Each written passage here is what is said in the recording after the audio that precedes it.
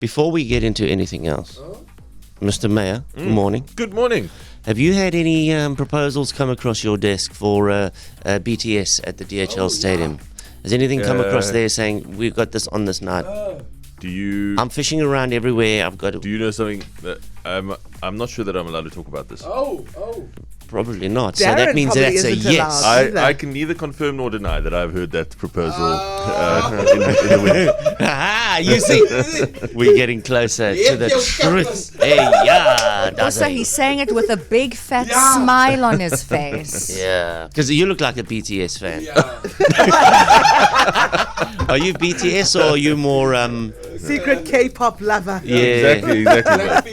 My daughter's so keen on the Saja boys. Saja boys. Yeah, no, they are huge, and they don't even exist. I know. They're that's all the a thing, cartoon. Yeah. So how would we could just get anyone to come here and they could be the Saja boys. Yeah. Totally right. Yeah, that's the world we're moving into. Hopefully not. Listen, another apology up front, Mr. Mayor, is we've given you coffee. Yeah. But what you don't know about that coffee, as you can see, we are a building site at the moment. Yes.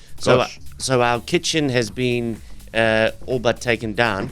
So the only supply of water that we get is from the toilets. So the water that we've given you is from our toilets. That's absolutely fine. It's as long as it's Cape Town water. It's beautiful and clean and crystal clear and perfectly good to drink and have coffee with. I see why you're in the job that you're in, and Darren is not. I like to think, we boil it so it's kind of safe. Nope. You don't need to do that. Yeah. Aqua Municipale, one of the few places that still has water. So there you are. But I'm such a big advocate for tap water. I mean, I'm old school. I mean, my kids, it's just they will drink nothing out of a tap. It's only out of a bottle. Oh, come on, that's not necessary. No, I know. But that's the world we live in now. Sherlin, your boys too. It's only going to be Woolies water. Absolutely Wait. not. Woolies. Absolutely not. Tap water. Tap water. Daar's niks fout met die kraanwater nie. That's We perfect. drink that. It's so funny. Like last year, I made a video making a cup of coffee, and I put the water directly into the kettle from the tap. Yeah. The comments. Oh, You hear tap water. You disgust me. This is shocking. Oh, Yeah. you've Are you lost serious? me. Yes, From I Cape was Townians? from Cape Townians. Well- I think there were other South Africans in there as well. I'm sure, Shem, they are going through a lot of trauma with the water. It's a but bougie city, a this. lot of Cape Townians. Well, let me just say, as a PSA, public service announcement, the water is tested literally several times a day. And A day? Several times a day, yes. Do you test it? No, me personally, no. Do you have a sip test? There's guys with white coats in a lab. They test the water several times a day, and they publish all those results. And it is wonderful, perfectly clean, beautiful water. I noticed there's a different taste here. Okay, Yeah, so I lived a much lot better in taste, yeah. Joburg. You taste that like a mining acid there, huh? Yeah. But the water here, maybe it's just my taps. It's got a bit of a earthy texture. Oh, that's lovely. Isn't that perfect? That where it like filters through the soil and the rock. salesman. It's like a sommelier talking about wine. It's filtered off of the Earthy mountain. tones. Those earthy tones. It's actually filtered from a hiking trail Correct. down Table Mountain. It's Gotcha. that unique terroir that we have. We always roll out the red carpet for you, Mr. Mayor. Geordin Hill-Lewis. Good to be here. I can see like horses and the pageantry that goes with it. None of that on Cape Town. Where's your chain, by the way? You never wear your chain. I do have it. It's very, very heavy. I wear it like once or twice a year only. Is it just a ceremonial chain? It's a ceremonial chain, and it's extremely heavy, and it's really historically fascinating because the same chain has been in use since 1870. So it's now 150 years old. Sure, okay. Where is it stored? Or can you disclose that? It's stored Sibs is in a asking for a friend. Where does it live? it's stored in a safe in the office, and because it's so valuable, whenever it comes out, there has to be a law enforcement officer that accompanies it everywhere. Piece of history, that. Yeah. And what is its value, or is it priceless? I don't actually know what it's. Yeah, I think it's pretty much priceless given how old it is, and how it's connected to the city's history. So it's a pretty cool piece of jewelry. Because I mean, somebody did steal our But it's very rugby uncomfortable. World Cup trophies. Did they really? Yeah, kidding remember me? there was a in the office. Oh my word! Well, that's way worse. That's Yeah, or it was an attempted theft. Remember that story? Take yeah. the chain before you take our World Cup trophy. I'm happy to say that's exactly right. Take anything before those. So the vanity stuff first, Mr. Mayor. F1 coming to Cape Town. What have you heard? There are still a number of companies working on a Cape Town bid, and it's very clear to us that F1, I think is it called Live Nation? No, Liberty Media, excuse me, Liberty Media. They are quite clear that they would prefer a street race in Cape Town. But it all depends on who's going to stump up the cash for it, and the cash is an extraordinary amount of money. You've seen the Malaysian government has cancelled their race because it's so expensive. Really? They said that their annual cost was $71 million a year just in hosting fees. So I've always made it absolutely clear we'd love to have a race, but we are not putting up the cash as a city. So it has to come from the private sector, from investors, or it must come from the government. And I think, from what I hear, the government is only prepared to pay for a Kailami race. So at this stage, I can't give you a definitive answer. It's a pipe dream. I think it's, if it happens at all in South Africa, if it happens at all, and that's a very big if, because the money, the amounts thrown around are massive. If it happens at all, I think it will start probably in Kailami, because that's where the money is committed to. But we'll see. There's still a number of big players that are working on a Cape Town bid. I'm sure you've heard of the Neil Froneman bid. That's pretty serious, and he's pushing ahead with it. So let's see. Okay. And how many? You always tell us how you get sued all the time, right? Yes, a lot. Now, I think every ratepayers association is busy Yes. doing one big court case against you for the rates. No, there's something called I think it's Cape Town Central. Yeah, so they've kind of got an umbrella body now. Yeah. So when does that court case go to trial? That's in December. And are you going to be sitting on the bench then? No, Are you going to be called up as a witness? No, I don't think so. No. I doubt it. Okay. I doubt it. So that's still a way away then. I think the first week of December, if I'm not mistaken. Yeah. Okay. It was so interesting having you in studio while also listening to a story that you'd spoken about in the news around Polesmore Prison. Yes. And I had a bit of PTSD with the Thabo Bester situation, because the whole thing was about how, prisoners have smuggled phones in and are able to threaten and intimidate people from the inside, and you playing a pivotal role in trying to stop that. Yeah. What is going on in Polesmore? So I went to visit this roads project that we're doing in Bishop Lavis. And we, just a normal, trying to fix the roads, upgrade the roads in Bishop Lavis. And I meet this contractor there, and he says to me, he's not doing the job. He's leaving. And I'm like, why? He says that he received a phone call from a well-known gangster who's in prison doing time for serious crimes, who phones him while he's standing on site in Bishop Lavis and says to him, you better get off site right now. Whoa. This site belongs to me and my guys, and if you don't get off, bad stuff's going to happen to you, basically. So he says, this is not worth it, I'm out of here. So I say to him, but it's impossible. How do you get a phone call from inside Polesmore? And then I followed this up and went to the police, and the police kind of laughed and said, oh, yes, this is so common. This happens all the time. I was like, guys, why is this acceptable? Why is everyone so relaxed about this? This is completely unacceptable. We go to so much effort, or the police does, to get these bad guys into prison, and then they just carry on as if nothing's changed. They carry on running their gangs from inside. That is surely makes a mockery of the criminal justice system. So now I've started to follow this up, and we were trying to get these signal blockers into the into Pollsmoor in particular.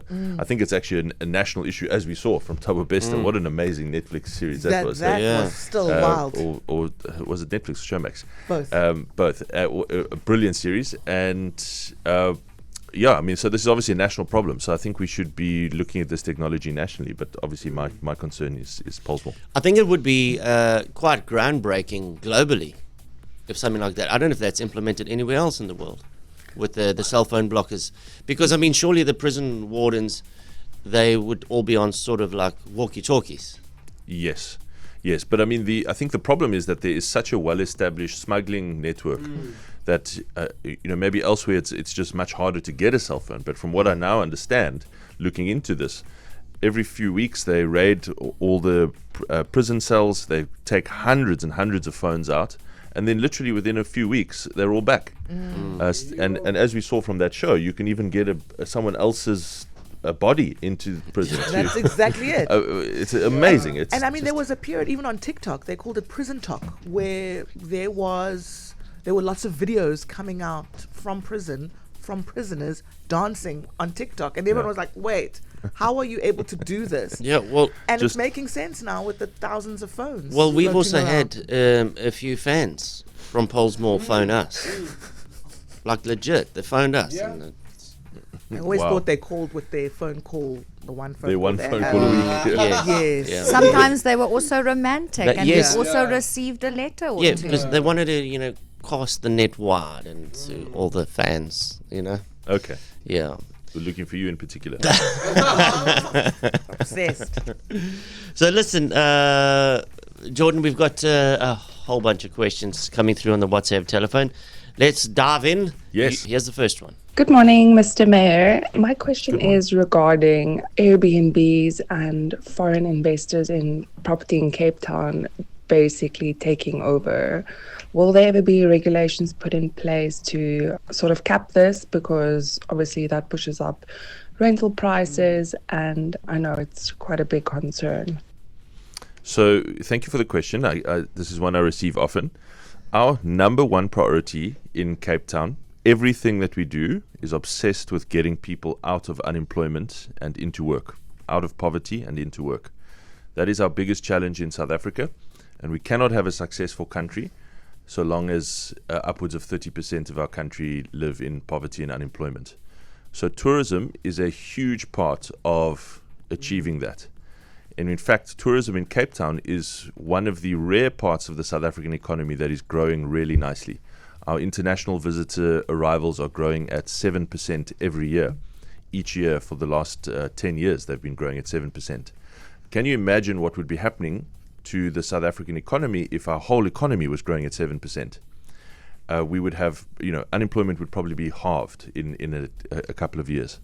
So that one little part of the economy is growing at 7%, and that is something that we want to see grow even faster. So we have 1.5 million overseas visitors that come to Cape Town each year.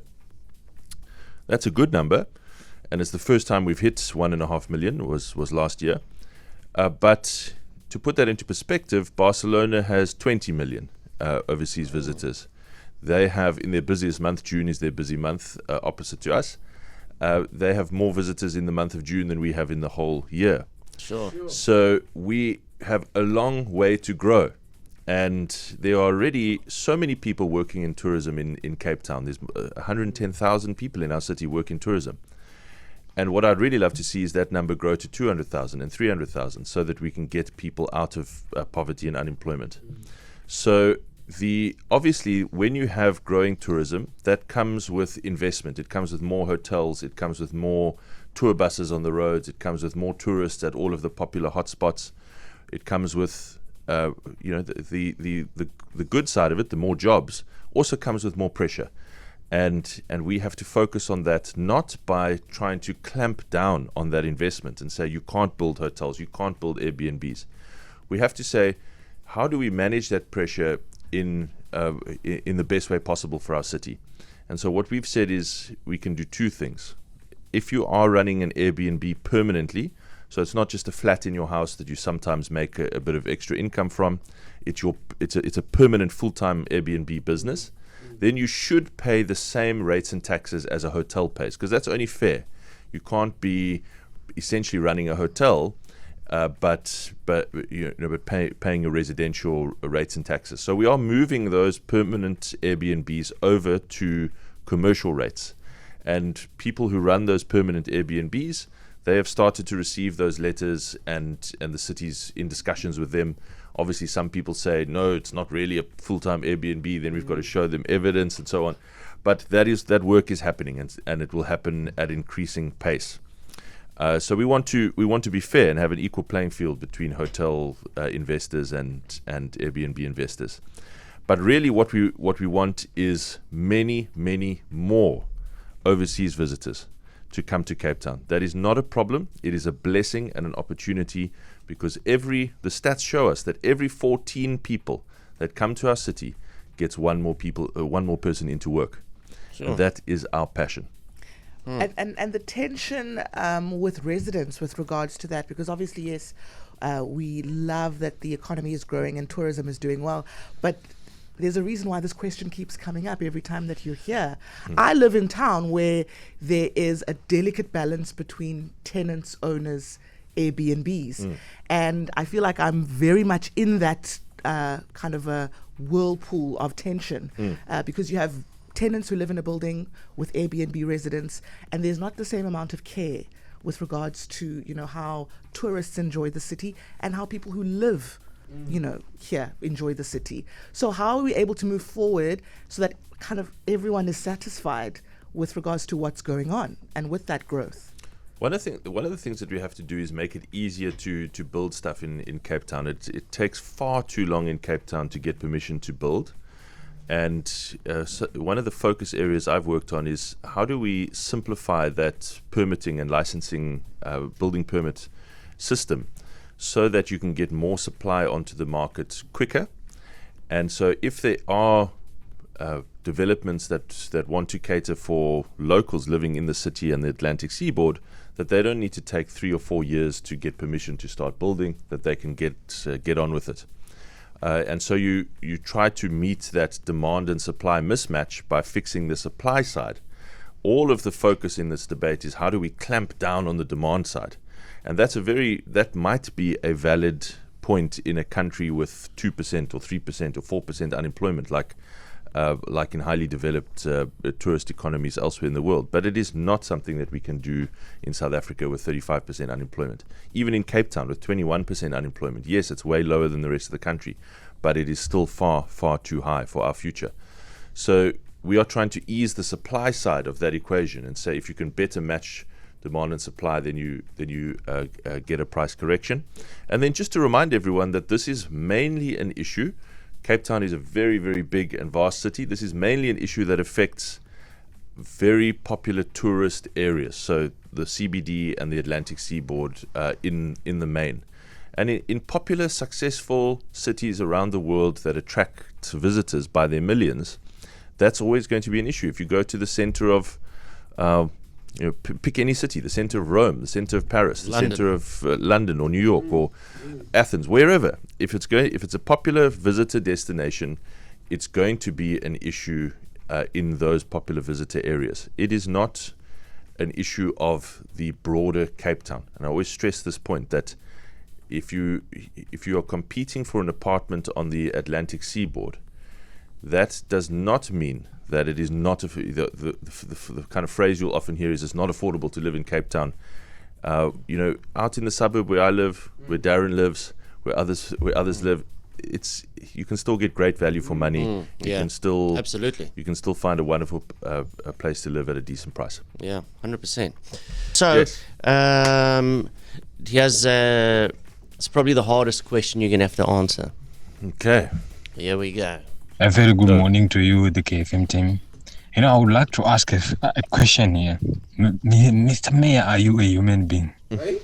because you are doing an incredible job, tremendous job. Hey, you're exceptional, Minister. Mayor, you are exceptional. Thank you very much. That is very kind. Thank you so much. He promoted you to minister now. Yeah, so I heard that. Thank you. Is that in your future? Well, there's a post According to him, available, it is. but isn't there a post coming available today for sports, arts, and culture? That's what we hear. No. That's just bully boy tactics. No. Is that going to happen? What do you think is going to happen with No. Gayton McKenzie? No. The president will buckle and reappoint Mr. Kenny Kunene as the head of the Joburg Roads Agency, so that he can continue to use it as his personal ATM. Oh, Right. Because in government, that's where all the money is, isn't it? Absolutely. That's the easy money when Absolutely. you get the roads contract. And if you see someone fighting so hard for control over all those roads contracts, you better beware. There's something going on there. Really? Okay. On another note, here's a question about brilliant question, actually. Mr. Mayor, firstly, I just want to say thank you. I follow you. I sometimes post the things that you do on my status. What I've been seeing recently, and I've been appreciating this a lot, is the parks that you are opening up in the areas. I saw the one in Bishop Lavis. I saw the one in Banter, and I love this initiative. Mr. Mayor, I want to know, is Ravensmead on that list? Are we getting a park? This would be amazing for the community that I come from. Also, Mr. Mayor, our swimming pools have been closed year after year. Last year, I think it opened up a few days, and then they said something broke. So every year, our swimming pools are closed. We need something in our communities to keep the kids busy. As you know, this is an area where the kids are being recruited to do work for the gangsters. Mm-hmm. Can we please get some assistance in this, Mr. Mayor? Oh, I love that question. Can I just add something here? I saw the Mannenberg Sports Ground that was built. What a magnificent complex. It is. Now, just to have like AstroTurf makes it an all year round facility. That's right, yeah. Which is just wonderful. I mean, my son plays soccer. So, I mean, the fields don't seem to hold water here in the Western Cape. Because in winter, every second game is cancelled. And AstroTurf is just phenomenal. So I really want to answer this question properly. It's a great question. Thank you very much. A lot of people, when I talk about what we're doing to invest in sporting facilities in communities, parks, AstroTurfs, five-a-sides, swimming pools in particular, when it comes to swimming pools, you'll hear things like, this is a luxury. You should be focusing on other things. This is not a luxury. If you are living in Ravensmead or Bishop Lavis or Mannenberg or elsewhere, this is absolutely important that these facilities are of a high standard and are available for everyone and available throughout the year. So I'm a huge supporter and determined to carry on rolling these out. I'll have to check for you on Ravensmead. I don't know the full rollout schedule of exactly where all of them are going. I know that the next one that we're going to welcome is in Mandela Park in Khayelitsha, which is a really beautiful new facility as well. But I will check for you on Ravensmead and let you know. The pools, again, if you live in a informal settlement in Cape Town, the summers are incredibly hot. Today is a beautiful day, 30 degrees, but if your home, just think about this, if your home is essentially made of wood and tin, imagine how hot that is on a day like today. So it is really important that you have access to working community swimming pools. So I've been determined to get every one of our swimming pools open. When I became the mayor, a large number of them were broken, as you heard in that question. And slowly but surely, more and more of them have been repaired. And now, for the first time on the 1st of December, so as the schools close for the summer holiday, every single pool in our city will be open, fully open and usable for the public.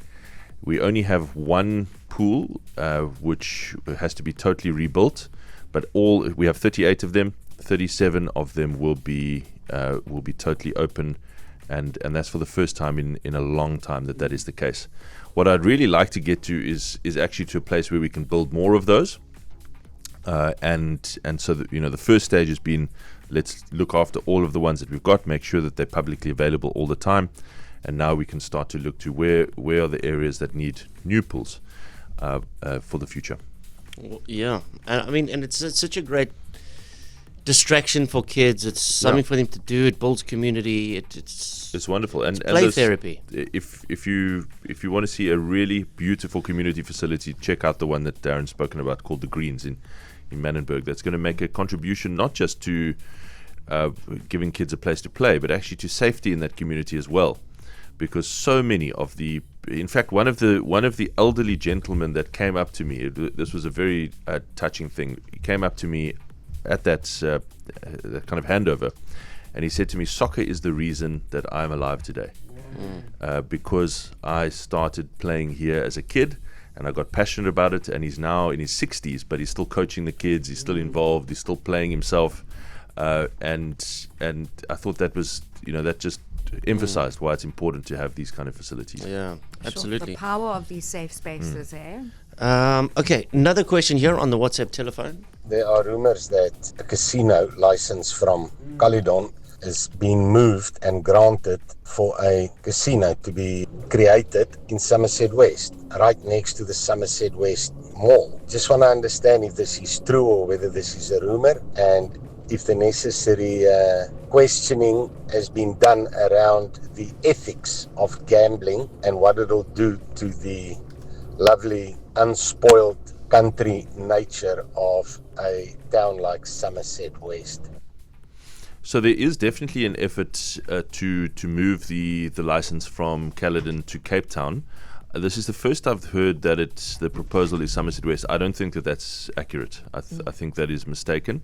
My understanding actually is that the proposal is to move it here to the city centre, with a large new kind of hotel development as well. But that approval process is done by the Western Cape Gambling Board. So it's not a City of Cape Town approval. It's a Western Cape Gambling Board approval. So I must emphasize that I might be wrong about that, because I'm not following those negotiations carefully. It's not specifically in my wheelhouse. All right, we got time for one more question, Mr. Mayor. Okay, only one. I'm happy to do more. Well, you see, then you stepping into prank time. Okay, and then all we're gonna right. fight, and You don't want to mess with a prank. No. It's a sacred space. You can't mess with it. All right. Yeah. But all of these are so important. Very important. This one. We still don't have enough schools, but yet there's so many developments that is approved. And I'm just wondering, why is it that we don't get the developers to contribute into a fund so that there's a school that can be built in the areas? It's a problem every year, and it doesn't seem to get better. So developers do contribute. That is exactly what they do. They pay something called DCs, developers' contributions, into a fund which is used for essential infrastructure. We also have a program which I'm running in the city to speed up the construction of new schools. So the city doesn't actually build public schools. That's the provincial government that builds public schools. But we obviously approve those public schools. And circling all the way back to our earlier discussion about how long it takes to approve things in Cape Town, it takes too long to approve new public schools. And so I've set up a little team that focuses solely on getting new public schools through the planning process to the approval stage, so that they can be built. And my colleague in the Western Cape government, the Provincial Minister of Education, David Mania, is pushing to build schools much more rapidly. So in the next couple of years, the plan is to build 29 new public schools in the city, and if I remember correctly, 38 around the province. So the huge majority of those coming to Cape Town, roughly 30 of the 38 coming to the city, and we are making sure that those get through the planning approval in record time. And with every new development that comes up, and I've even seen a new school development that's coming up, you have to deal with a bunch of objections from the surrounding community, right? Now, how long does that delay and stall the process? Well, no, I mean, that can take a very long time dealing with those objections. We don't want to shortcut those, because obviously people have to have their say, and they have the right to participate. But it's all the internal checks. It's the comments from all the various departments. It's the amount of time that gets taken on scrutinizing all those plans. We want to try and compress those timelines quite a lot, and that is what we have done. Robin here quickly says, what does the mayor mean when he says building schools in the city, as in the CBD? No. Or where? No. You know, we were in New York, my wife and I, and we walked in the concrete jungle of Manhattan. There you see all these schools, and like the basketball court is tar. On the roof or something, yeah. Yeah, and it's just like a high rise, and you go, that must be terrible for the kids. But they're normal. Yeah. No, this goes back to our earlier question around property prices in the CBD and the seaboard. The city, there's some people think that Cape Town ends at the foreshore. Yeah. The city is a very, very big city. It's 5 million people. It stretches to Atlantis, that we can see across the bay there, all the way in the northwest, all the way to Gordon's Bay and Salaries Pass and Somerset West. It is a huge, huge city.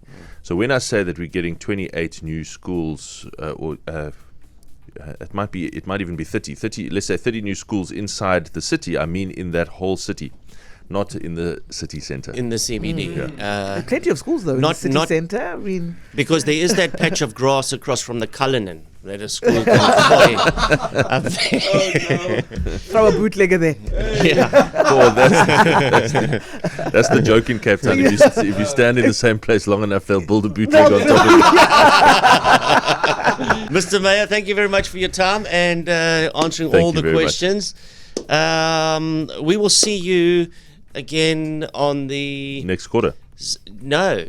Oh. You're going to be at Wackhead's All-Star Comedy Jam. I'm nervous about this. Oh, I know why you're inviting me. And you front row. No, I'm not going to. Oh, no. Perfect spot to be roasted, man. Like one of the most important rules of life is never sit in the front row at a stand-up comedy gig. Never. It's the best seat at a rock concert. It's the worst seat at a comedy show. Yeah. So, how nervous do I need to be about this? No, you're fine. You're fine. He's speaking for himself. I'm not sure about the others on the line. Good luck. Okay. Well, folks, I don't think you can get any tickets, but come and see me get roasted. It should be fun. Kfm Mornings with Darren.